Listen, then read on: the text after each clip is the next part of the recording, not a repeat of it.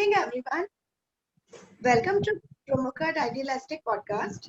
आज की हमारी गेस्ट है मिसेस रितु भाटिया फ्रॉम मुंबई, जो कि एक टैरो कार्ड रीडर हैं, हीलर हैं और वास्तु भी करती हैं। तो welcome Ritu ji. Thank you so much, Nisha, for this opportunity. Ritu ji, आप अपना इंट्रोडक्शन दीजिए प्लीज। निशा, एक तो ये सबसे पहले कि मैं नवी मुंबई से बिलोंग करती हूँ और यहाँ पर पिछले ऑलमोस्ट 20 साल से हूँ।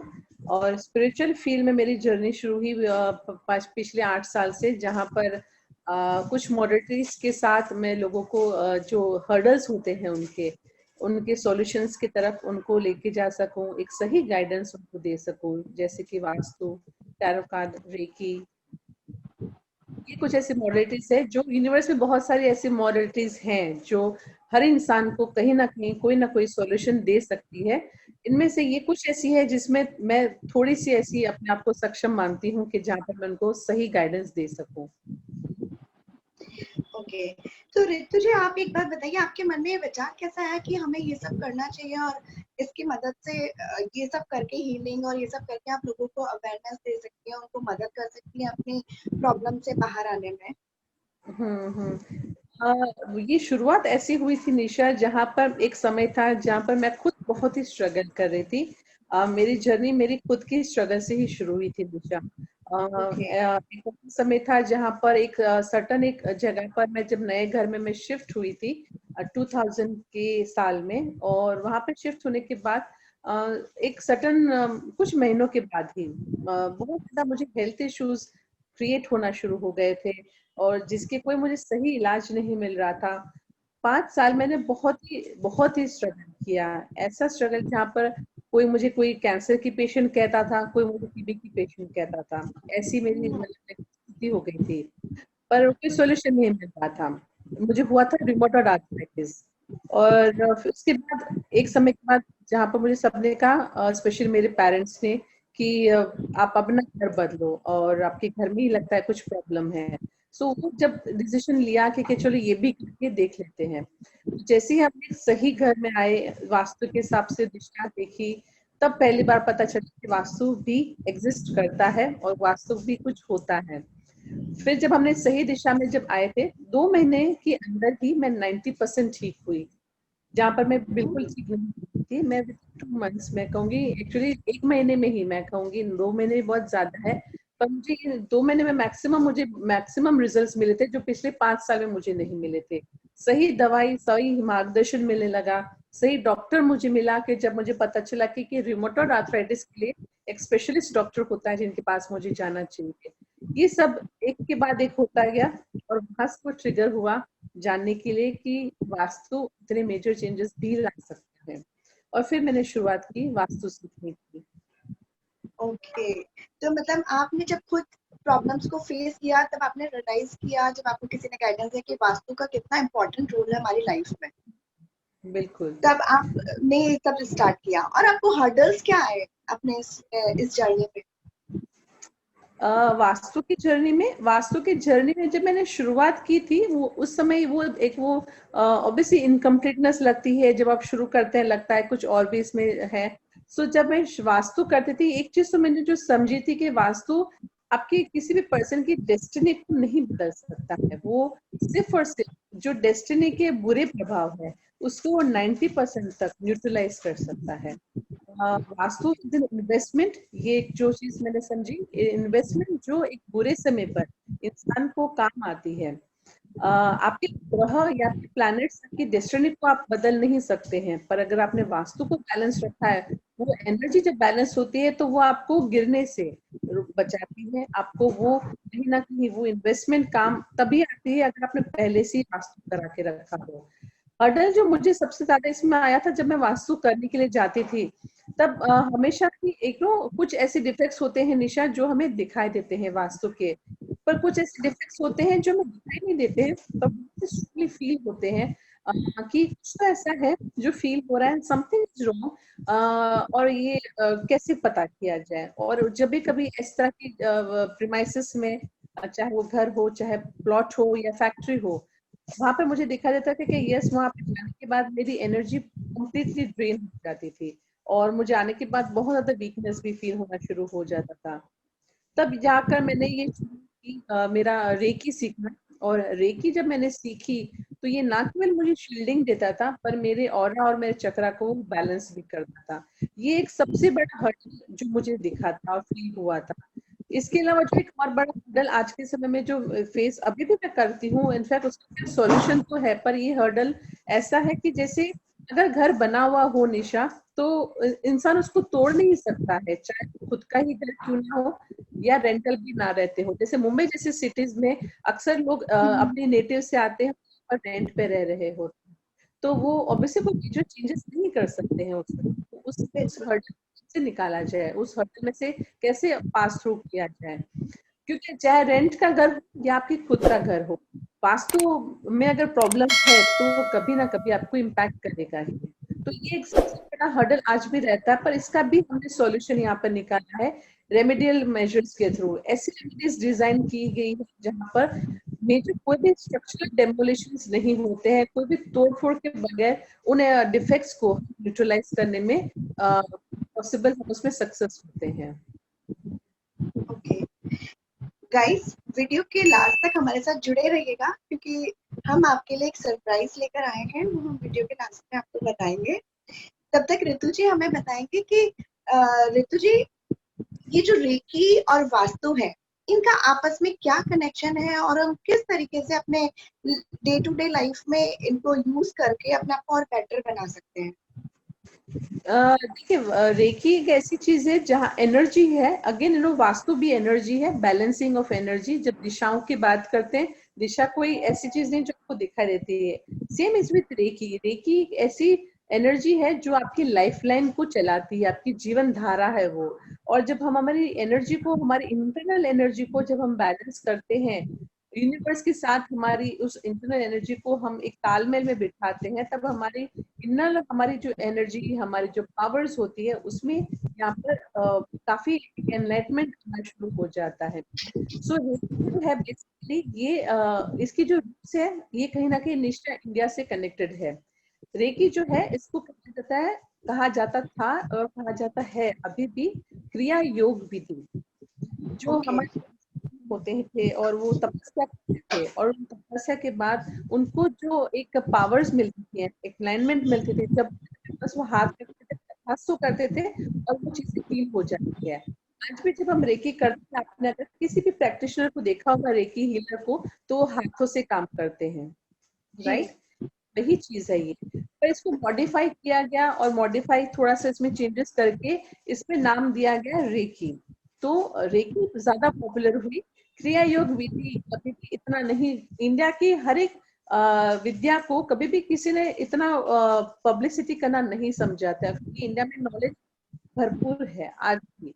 पर एक चीज हमेशा से समझा उन्होंने कि उनको जरूरत नहीं है इसकी मार्केटिंग करने की, क्योंकि उनको पता है उनकी कैपेसिटी क्या है। तो इसके लिए उनको कभी भी मार्केटिंग की जरूरत नहीं। योग इंडिया में पहले से ही था निशा, पर जब वो योगा बना तब वो, वैसे ही जब रेकी क्रिया योग भी थी, जब रेकी बनी तब वो।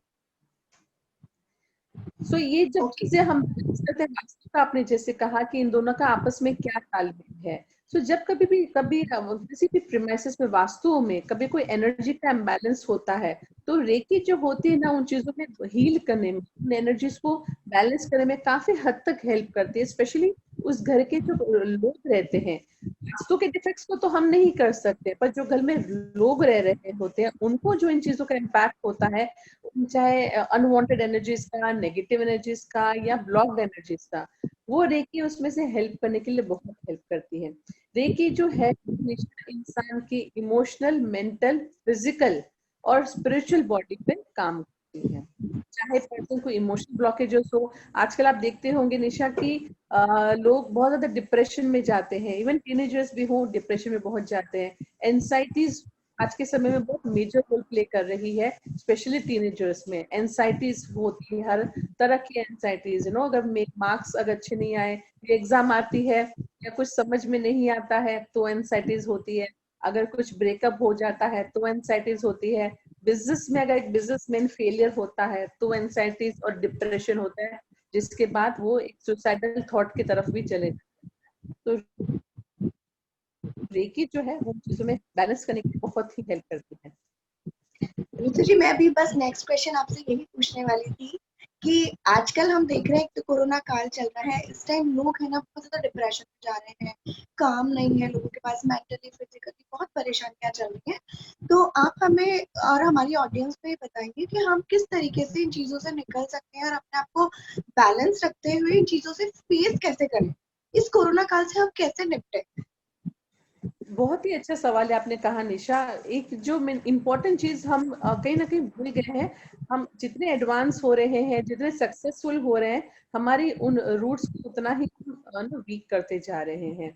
अगर आप मानेंगे नहीं, जैसे हम हमारी कार का मेंटेनेंस हमेशा रेगुलर बेस पे करते हैं, हमारे खुद का नो नो एक जो एक्सटर्नल अपीयरेंस है उसका मेंटेनेंस अच्छे से करते हैं, पर हमारी जो इनर सोल है उसका मेंटेनेंस क्या हम करते हैं, या उस बारे में क्या हमने कभी सोचा है?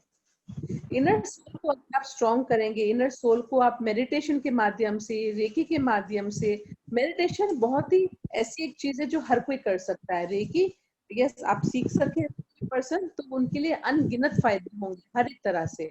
उनके पास कर्मस भी हील होंगे, उनके प्रेजेंट जो उनके फिजिकल इमोशनल हर्डल्स है वो भी उनके बैलेंस होंगे। और अगर मेडिटेशन करते हैं, it is talking to your own self. क्या हम कितनी बार हम अपने आप के साथ बात करते हैं, या हमारे अपने आप की सोल को हील करने के लिए समय देते हैं? अगर ये चीज हम करना शुरू कर देना, तो चाहे ये जो आज के समय में कोरोना में काफी लोग ना बहुत ज्यादा पैनिक हो रहे हैं, टेंशन में आ रहे हैं, सिचुएशन तो हम कंट्रोल में गुस्सा नहीं बहुत कर आता सकते है, हैं। एंगरनेस बढ़ गई है लोगों में ना, बिल्कुल पेशेंस बिल्कुल खत्म हो गया। खत्म हो गए हैं। तो इसके लिए एक चीज इम्पोर्टेंट है कि आप खुद को बैलेंस कैसे करें, खुद को कैसे हम कंट्रोल में रखें, वो इम्पोर्टेंट है। सिचुएशन को कंट्रोल में करना हमारे हाथ में नहीं है, पर खुद को हम बैलेंस कैसे कंट्रोल में करें वो हमारे हाथ में जरूर है निशा। और वो हम मेडिटेशन के माध्यम से बेशक कर सकते हैं। रितु जी, मैंने एक चीज खुद ने भी मतलब फील किया है और लोगों से सुना भी है कि जो आप यूनिवर्स को देते हो वो रिटर्न होके आता है आपके पास। अगर आप बिल्कुल अ, मतलब एनवायरनमेंट को, अगर एनवायरनमेंट देते हैं, पौधे लगाते हैं तो उससे हमें फायदे मिलते हैं, तो या हम जो प्यार बांटते हैं, ये जो भी हम देते हैं वो हमारे पास 100 गुना होकर वापस आता है। तो क्या ये सच है? आप बिलीव करते हैं इस चीज में? Person it is attitude of gratitude Nisha.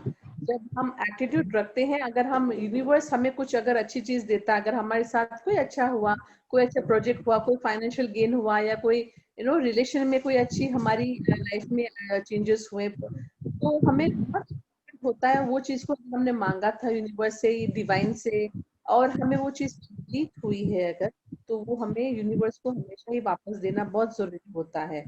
Universe कभी भी एक्स्ट्रा नहीं रखता। अगर हमने उनसे कुछ मांगा था और वो हमें कंप्लीट करते फुलफिल करते हैं, तो वो हमें यूनिवर्स को ग्रेटिट्यूड पे करना बहुत जरूरी है, चाहे हम पौधे लगाए या चाहे किसी नीडी को हम सपोर्ट करें। तो इसके वजह से ये जो चीजें होती है बहुत इंपॉर्टेंट होते हैं बैलेंस करने। अगर आप यूनिवर्स को ज्यादा देंगे, जैसे आपने कहा 100 गुना हमें ज्यादा मिलता है, अगर ये कोई भी चीज नहीं है पर फिर भी आप यूनिवर्स को हमेशा देना प्रेफर करते हैं और यूनिवर्स के पास ज्यादा बैलेंस हो गया है आपका, तो यूनिवर्स आपको उसका 100%, जैसा आपने कहा 100 गुना ज्यादा देंगे। तो ये होता ही है, यूनिवर्स कभी भी अपने पास नहीं रखती है कोई भी चीज। नहीं आप रखते देंगे, वो जी। आपको 10 देगा, 100 देगा, वो कभी भी अपने पास नहीं रखते हैं। तो हमेशा ही एटीट्यूड ऑफ ग्रेटिट्यूड, चाहे छोटी सी ही छोटी बात क्यों ना हो, हमेशा होनी चाहिए। ऋतु जी, दिवाली आ रही है, तो दिवाली के टाइम में आप हमारी ऑडियंस को ये बताएं कि हम किस तरीके से क्या वास्तु में चेंजेस करके या ऐसा क्या कर सकते हैं जिससे हमारी हेल्थ, वेल्थ एंड प्रॉस्पेरिटी बढ़े, लोगों का बिजनेस बढ़े, तो उनके लिए कुछ टिप्स दीजिए। बेशक, मैंने इनफैक्ट कल ही निशा ये टिप्स शेयर की है मेरे पेज पर। हर ट्यूसडे को मैं एक लाइव वीडियो करती हूँ मेरे पेज पर, मेरे नाम से ही है ऋतु भाटिया। जहाँ जो टिप मैंने वहां पे शेयर की थी वही टिप मैं आज आपके साथ भी शेयर करती हूँ, और आपके जो जयपुर के और आपके सारे जो प्लेटफॉर्म के व्यूअर्स हैं उनके साथ भी ये शेयर करती हूँ। एक चीज सबसे इम्पोर्टेंट होता है क्लटर। क्लटर जो होता है, जब तक वो हम चीज नहीं निकालते हैं, वो बहुत इंपॉर्टेंट होता है कि घर के अंदर कोई भी एनर्जी, नई एनर्जी स्पेशली एंटर नहीं हो सकती है।